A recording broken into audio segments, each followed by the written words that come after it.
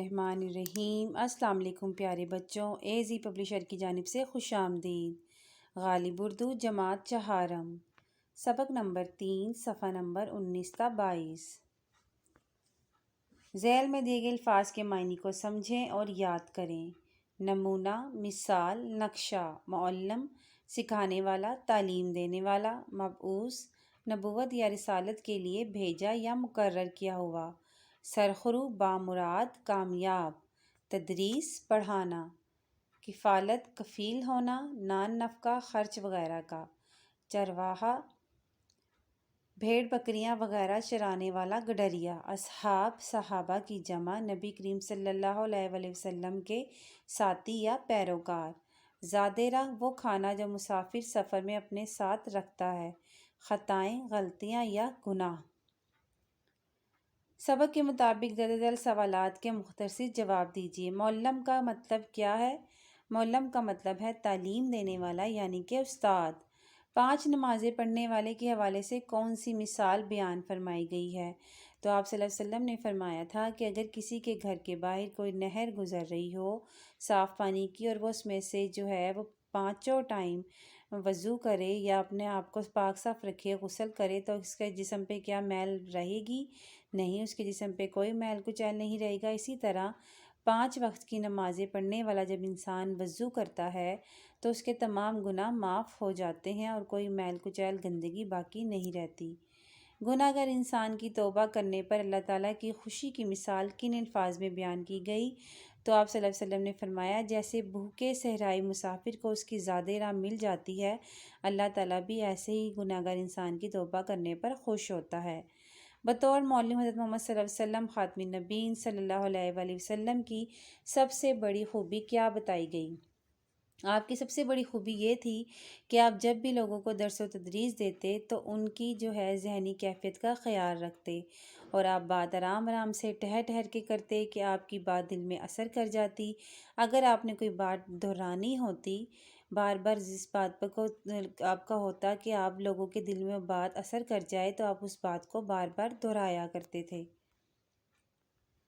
سبق کے مطابق درست لفظ لگا کر خالی جگہ پر کریں۔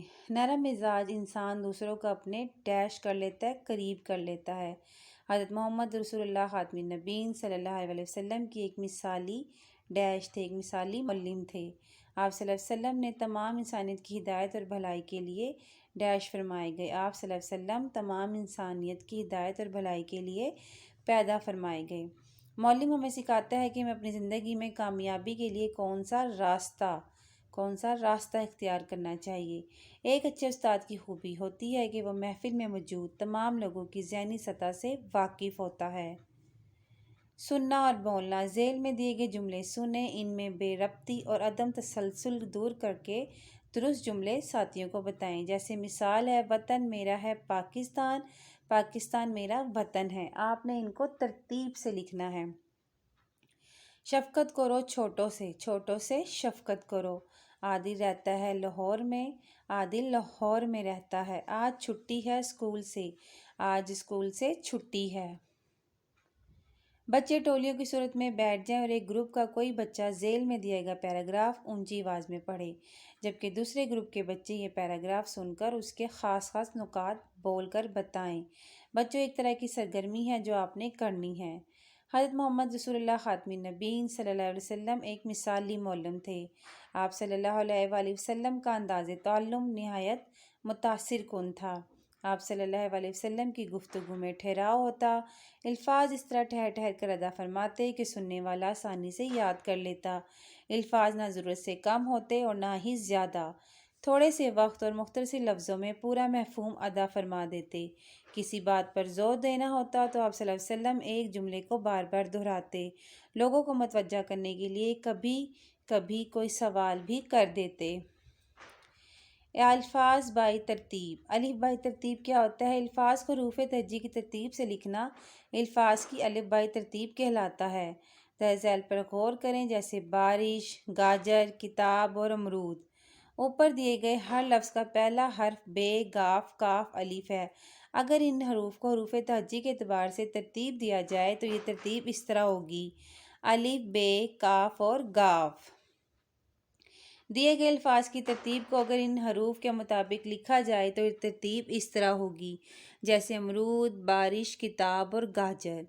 مزید الفاظ کو الف بائی ترتیب سے لکھیں۔ اب جیسے ہمارے پاس یہاں لفظ ہے معلم، رہنمائی، انسان، زندگی اور نمونہ۔ آپ نے کیا کرنا ہے؟ آپ نے انہیں حروف تہجی کی ترتیب سے لکھنا ہے کہ الف بے میں سب سے پہلے کیا آتا ہے؟ الف آتا ہے تو آپ انسان لکھو گے، پھر رے سے آتا ہے تو رہنمائی، زے آتا ہے زندگی، اور پھر معلم، اور آخر میں آئے گا نمونہ۔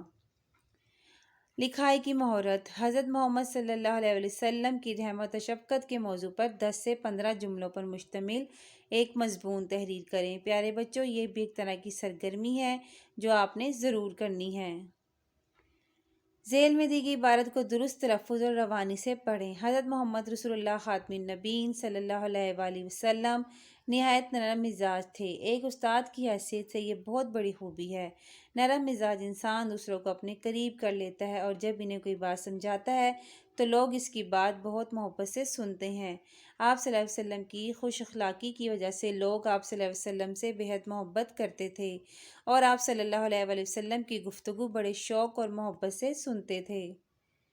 جی پیارے بچوں، ایک اور سرگرمی ہے، حضرت محمد صلی اللہ علیہ وسلم خاتم النبیین کی رحمت و شفقت کے موضوع پر تقریر تیار کریں اور اپنی جماعت کے کمرے میں ساتھیوں کے سامنے پیش کریں۔ پیارے بچوں، ویڈیو دیکھنے کا بہت شکریہ۔